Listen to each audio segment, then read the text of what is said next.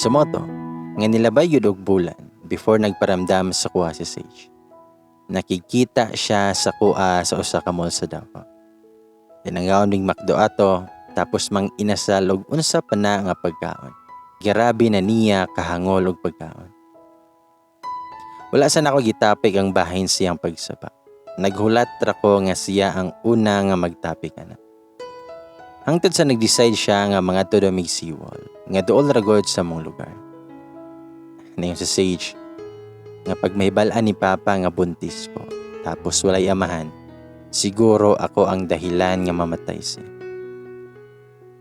Naghilom-hilom ra ko nga naminaw ra jud ko niya. Hangin kay to, tapos sabayan pagkusog nga bawod atong hapuna. Dungog jud nako nga nagbako siya. Og ning si Sage, so naka-decide ko nga ipalaglag na lang jud nako ni. Daghan ako mga idea unsaon ug unsay imnon. Sa pagkadungog nako ato, naglagot ko sa akong gibuhat. Gibiran ako siya, din akong gipasakay sa sakyanan nga nakapark ragod sa mong kilid. Wala ko nagtingog, di ko gusto makaistorya og sakit niya maski gilagot kay ko. Nangadto mi silang balay og tama-tama pod nga naa didto iyang papa. Kani iyang papa kay grabe ka strikto. Retired army ni siya og kanang og motingog na iyang papa. Kay murag nasuko og maning kabitaw. Ug wala na sanay kay tito kay mahadlok jud, pero maskin ako kay mahadlok gihapon ko sa iyang amahan. Si Sage nga ayaw nang buhata kung unsay nahuna-hunaan nimo karon siya. Nitubag ko nga kaysa man nga mamatay ang bata. Naglalis pa mi, tapos naanaday sa likod ihang papa. Ug tawagan na lang nato siya sa ngalan nga Lito. Ngun si Tito Lito nga, "Hoy dong Jay, nagpahibalo unta kang moanhi ka dere para magluto sa tagpanihapon." Nitubag ko nga, "Okay lang Tito." Naguna-huna jud ko ato kung unsaon nako pagistorya ni Tito. Ningon ko nga, "Tito, naunta ko'y toyo nimo." Tubag siya nga, "Unsa man na sa dong?" "Lingkod sa tadre daw." Nisunod rasad ko siya nga amahan, tapos si Sage kay sigig hangyo nga dili nako dayonon akong plano. Diningon ang papa ni Sage nga, "Nak, hatagi og kape si Dong Jay or juice baka." Itubag ko nga, "Ayaw na Tito, bag-o ra may nangaon ni Sage sa gawas. Wala pa gani ko huwasay sa mo ang gikaon." Itubag siya nga, sige ikaw bahala." Unsa may ingon unta nimo dong? Ako nang tangi istorya, pero miingon og kalit si Sage nga, "Pa, mangadto naming Jay, wala siya i-istorya." Rag naglibog na lang yun to iyang papa ato, pero nagkuha yun ko kusog para maingon ako. Uningon ko nga, "Tito, pakaslan nako si Sage. Kanang pakaslan nako imong anak." Nakurat yun iyang papa. Kung nangutana siya nga, "Sage, ngano ni?" Pati si Sage kay nisiga ang mata, pati iyang ilong. Ningon si Sage nga, "Pa, napasmora na si Jay. Mao na nga masking unsa na lang ang iingon." Wala ni tiyong iyang papa og naghilom jud ming tulo. Tapos ako kay kusog kay akong kulpa. Og ningon ko nga, napabuntisan na ako siya Tito. Mao na nga pasaylo ako. Ning sabay jud kog luhod og yakos nako ang mga tiil sa iyang amahan. Kabalo kay ko kay basin atikyuhon ni iyang amahan tungod nako. Ningon si Tito Lito, "Wala ka gabinuang dong?" Tubag ko nga, "Wala Tito." Og nikalit ra man nagkatawa iyang amahan. Kanang katawa bitaw nga nalipay kayo. Og gigakos ko. Hingon siya nga, "Wala lang kakabalo dong. Kung unsa nako gagusto nga ikaw ang mabana sa akong paborito nga anak." Ug nawala gyud akong gakulba ato kay basin matamparusan ko pa. Hingon si Tito Lito nga, "O nak, pila na ka bulan ang tiyan nimo?" "Magkaapo na jud ko." Pero wala nakatingog si Sage ug ako na lang ang mitubag nga 3 months na. Ug ningon siya nga, "Gusto nako ugma dayon lihokon ang kasal." Wala gyud kabutangan ang kalipay siyang amahan atong gabiuna. Halos gani gibalita silang barangay nga magpakasal na ni Sage. Sumoto nga wala ko nakadayon og gawas. Tungod kay gikasal jud ni Sage. Murag gidlat ang tanan. Pero wala na ako gimahayan ang tanan. Why not? Nganong dili na lang si Sage ang akong ikauban hangtod sa hangtod. Ug katong adlaw nga gikasal mi, wala ko kabalo nganong na-emotional ko. Happy man hinuon kay ko nga wala ko kasabot. Ang akong kasing-kasing nga kulang tungod sa pagkawala ni Selena. Katong adlaw kay naka-feel ko puno og pagmahal akong kasing-kasing. Kana bitaw samtang naglakaw siya padulong sa kuha, kay slow mo ang palibot. Gwapa kay siya. Walay kabutangan iyahang kaanyag atong adlaw. Niingon pa siya nga, pailak-hilak pa ka, murag angayan. Nikatawa pa. Medyo naguba akong moment ato, ug sa dihang naa na day siya sa akong atubangan.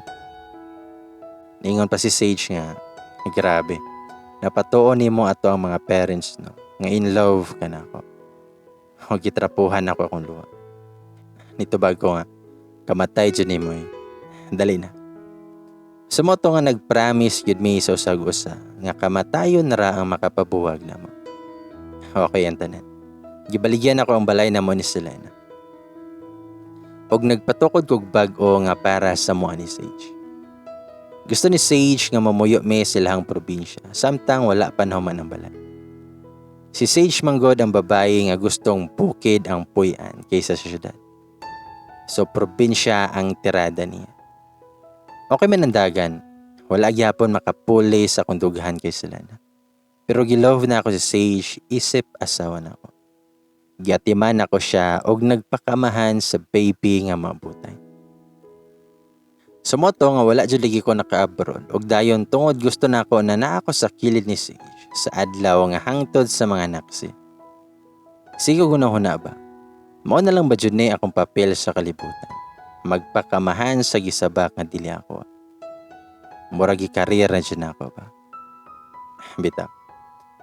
So 3 months ang tiyan ni Sage ato nga wala pa siya nag-resign siyang trabaho. Kay lagi, gusto pa siya mo trabaho samtang ako kay balik og kayod sa kong kananan nga negosyo.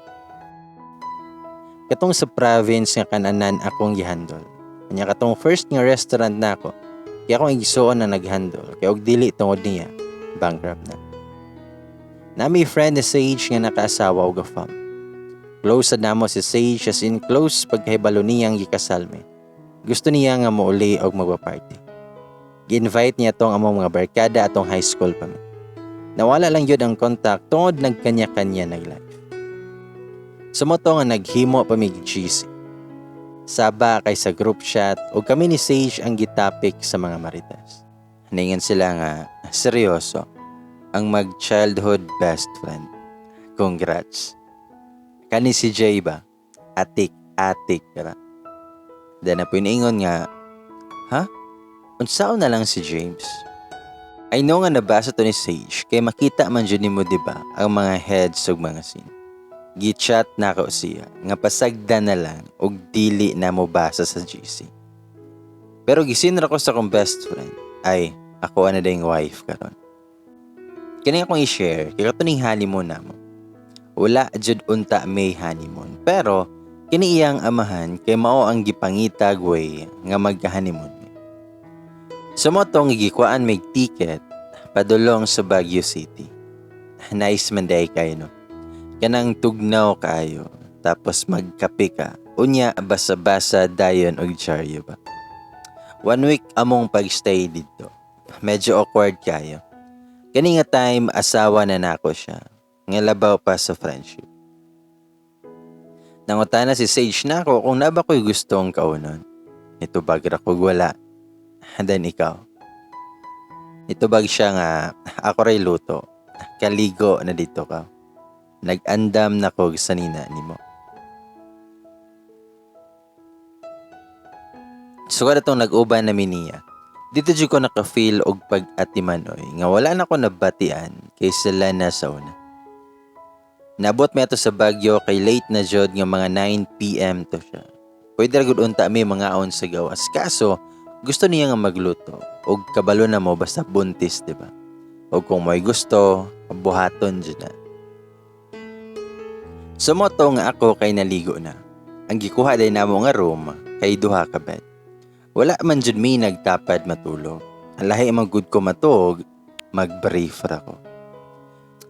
Pag human ako kaligo, siya ang nisunod. So ako ni adto kog terrace, katanaw-tanaw ko sa palibot. Samtang gatanaw ako sa palibot, unya gihigop og kape. Nakadungog ko nga nagpa-music si Sage sa sulod. Killing Me Softly ang iyahang gipa-music. So nakaunahon ako nga mosulod unta pa. Kay grabe gid siya katugnaw ug akong kapigyod kay bugnaw na. Pagtanaw na ko sa kusina, kay naa si Sage dito. Hanggang sayo-sayaw. Motong ako ang Junjun tawon kay nitindog jud. Tugnaw pa, unya makitaan pa nimo imong wife nga gasayo-sayaw. Tapos ang gisuot sa buntis kay katong t-shirt nga color black. Unya giparisan lang niya cycling. Pagkalami sa paa.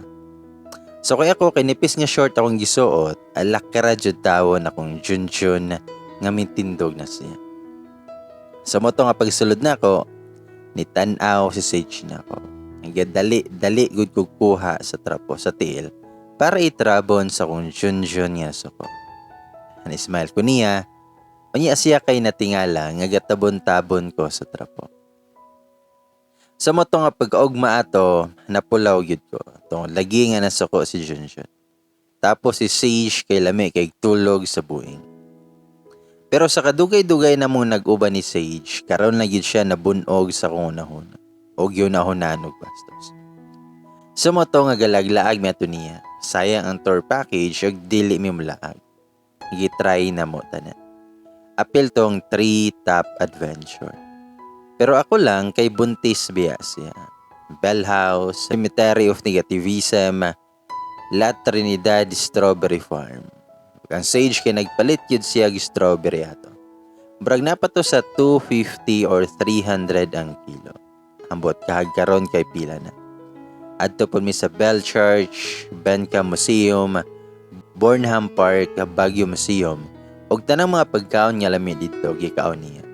Katong taho nga strawberry ug ice cream. Sa moto nga last na to namo nga adlaw sa Baguio, so nagpahuway mi og sayo kay mong flight ato kay 7 a.m. Nakabantay jud ko na Sage nga sigig alingasa. So nibangon ko og gipasiga ang lamp nga naa sa konto nga. Sa ko siyang gipangutan na kung naunsa siya. Nitubang ra siya nako og nitutok og niingon nga dili daw siya katulog. Nangutan ako nga yung si Sage nga gusto ko motapad din. Gusto ni baby nga motapad mismo. Sa moto nga mitubag ko nga, dali, kinahanglan pa din ni mo mananghid. Ako na lang ang motapad dira. Pero mag-shorts ako. Pero nitubag si Sage nga okay lang.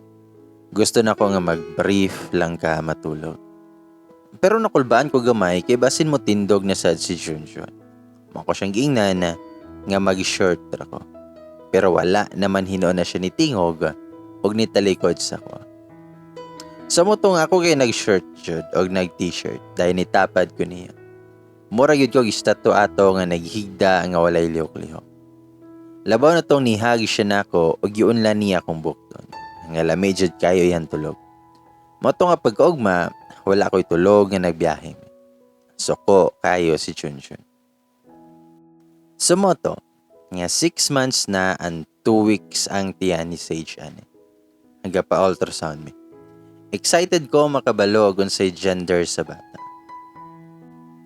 Og nahibawan na mo nga babae ang bata. Kami kay sa pamati itong madunggan bitaw nimo nga iyang heartbeat sa sulod. Kay hilakon ko nga wala ko kasabot. Kay katong kang salina dati, dili man ing ato ako ang na-feeloy. Sa paghuman na mo ato og pa-ultrasound nangaon na sad mi sa McDo. Daghan kay siya gi-order, samantalang ako kay burger lang og McLoad. Human na mo kaon kay adto na sad mig mall para makapalit daan og mga gamit sa bata. Kay nagplano lagi mi nga dira na lang magpalit og mga gamit ug makabalo na mi sa gender. Happy kay siya nga pagkahibalo nga ang gender kay babae. Human na magpalit kay adto na sad mi sa Chowking. Walay kahumanan ng kaon. Tapos masuko pa jud og di ko mokaon. Nga dapat mokaon ko. Nya ako kay busog na kaayo. Sa motong ako siyang giingnan nga manguli na mi kay busog na kayo ko. Pero wala siya naminaw kundi ni-order pa jud tawon para i-take out. Nagpanglingo na lang jud ko. Nanguli na mi pagkahuman og wala jud nako og ipakita nga gisapot ko. Sa moto nga pag-uli na mo sa balay, morag ni kalit man na siya kasuko og kalagot sa kuha. Usahay nurag di na jud ko kasabot niya, pero gipasagdaan na lang sad nako siya. Sa moto nga milabay ang mga adlaw. Nayusa ka higayon. Gabiin ako nakauli tungod kay busy kayo sa restaurant. Gidalaan pa nako siya McDo nga iyahang paborito. Mga alas 12 na jud to. Pero wala pa siya natulog kay naghulat kuno daw siya nako. Happy kayang face pagkita sa McDo. Nga mura jud og bata ba nga happy kayo nga pagdalaan sa paborito nga pagkaon. Paguman na magpangaon nang gawas mi sa may terrace. Nag-jacket na siya itom kay basin na aywa ko. Mga 1 a.m. na gud to nga mao pay paghuman na magpangaon. Full moon pa jud to unya daghan kay star. Dayon ingon si Sage na ako nga thank you sa tanan siya. Nitubag ko nga no need nimo nga magpasalamat. Deserve nimo ang panggaon ug mahalon. Ako gani nga dapat ang magpasalamat tungod inyo akong gi-fix ni baby. So kad naabot mo sa kuha, happy kay ko. Katong feeling nga kulang kay ko. Karon kay feel na ko buo kayo ko. Sabag si Sage nga, anak man dyan na Jay, maski unsa pa nimo ka-love ang sa katao. Dili nimo maingon og hantod kanusa ka i-love ato niya. Pwedeng mata na lang ka pag ugma nga dili na siya. Pwede sad niya na pull-an na siya nimo. O dili kaya gikapoy na siya. Tapos ang pinaka-worst nga scenario, kabalo ka. Nitubag ko nga, ang naa na siya hilain. Nitubag si Sage nga, tama. Maskin unsa pa imuhang gipakita nga love niya. Pag dili na gyud siya. Dili na jud siya. Tapos wala kay mabuhat og biyaan na kaniya. Biyaan ka maskin na og magpakaloy ka upongan nimo. Buhian ka maskin moingon ka nga pagstay lang. Ready man ka o dili, biyaan kaniya. Kaya dapat sa 100% ay mong pagmahal niya, masking katunga sa 100% pagbilin para sa mga kaugalingon. Para masking talikdan ka og biyaan atong taong abi nimog siya na, mahimo nimog makatindog. Dali lang kaayo ang mag-love siya. Pero dili sa yon mag-trust og usab. Pag nahurot ka tungod sa sobra nga pag-love nimo siya. Naminaw ra ko niya jud ug nangutan ako niya kung gibinuangan ba siya ni James. Pero nitubag si Sage nga basin ako ang nakasakit kay James. Pero nitubag ko nga dili ko motuo nga makapasakit kag tao. Tungod in love ka ni James nga gatwinkle gani imuhang mata. Og makit-an siya dati. Sumoto nga nakatulog na siya. Ako siyang gitutukan. Mura siyag anghel bitaw. Og sukad ato, nagpromise na sad ko sa akong sarili nga panggaon ako ni silang mag-ina, kutob sa kumakaya. Kabalo kong nagpakasal rami tungod sa bata og masagip na ako siya sa iyang problema. I know nga soon mahalon ako siya nga dili isip best friend lang, kundi isip asawa na ako o kauban na hangtod sa hangtod. Sumoto, nga 9 months na ang tiyan ni Sage. Hanay one time nga giandaman ko niya kape. Dayon ga istorya mindoha. Nangutan na si Sage na ako nga dili og wala ba ko napulaan siya. Kay lagi sukad pagkabata kay kauban naming duha.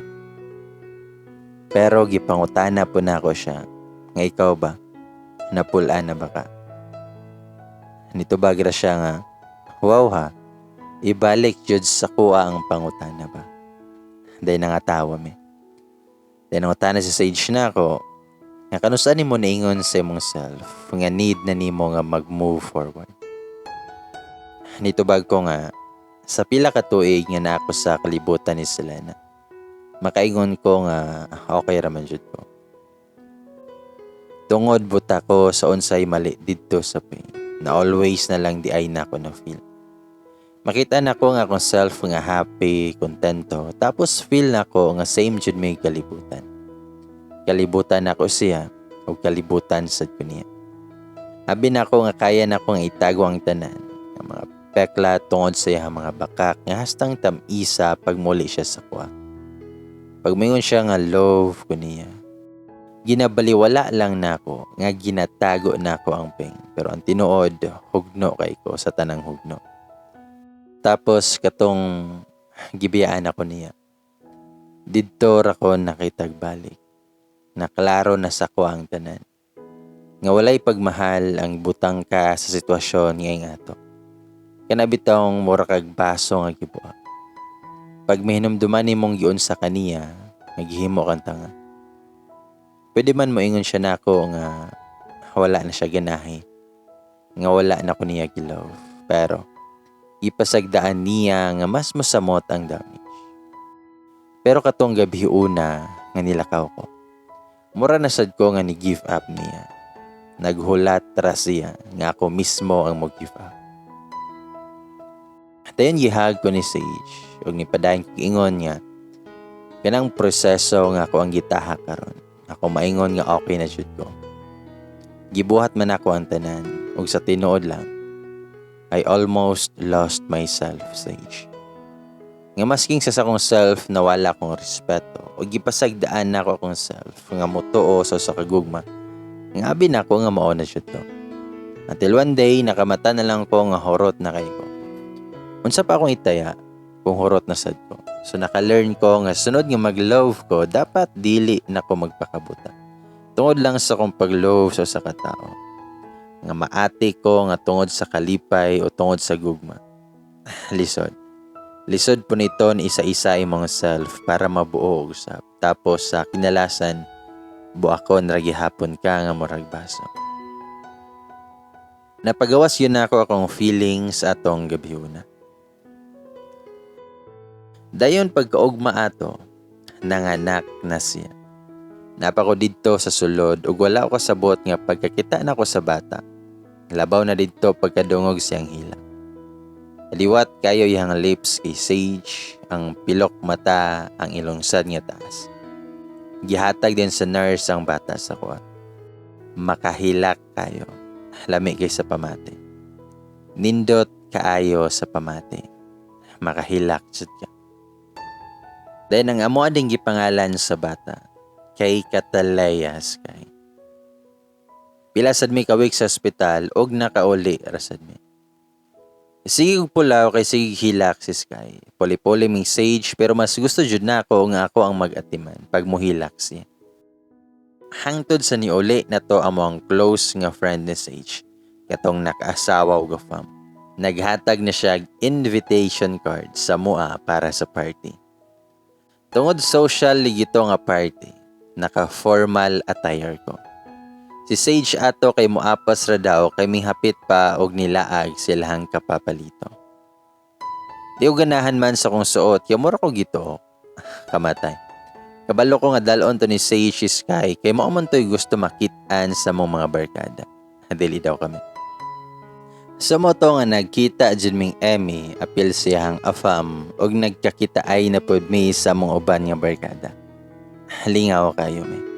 Pero taod-taod pa jud ni abot si Sage, kauban si baby. Pagtanaw na ko ni Sage ato, kay puwerteng gwapaha jud niya. Pero gitapukan jud siya kauban si baby sa muang mga barkada. Dayon, nainanawag og kalit sa akong phone ug pagtanaw na ako, unknown man nga number. Sa moto nga nigawa sa wakadyot, para ako ang tubagon. Pagtubag nako, ako adi ay nga igsuon. Naa daw sa amo ang balay ang ginikanan ni Selena. So nahibuong ko nganong naa sila. Sa mo to nagiinan ako sa Sage nga muuli sa ako kay naay emergency. Ako lang siyang ipaapa sa kong pagumangkon. Well, padulong ko sa mong balay, may kalitlag bundak ang kusog nga ulan. Medyo nakulbaan ko. Sa moto, nga pag-abot na ko sa mong balay, na-shock jud kayo ko. Nakuratan kay ko, kay nakita nako si Selena. Si Selena nga first love nako, ug may everything nako.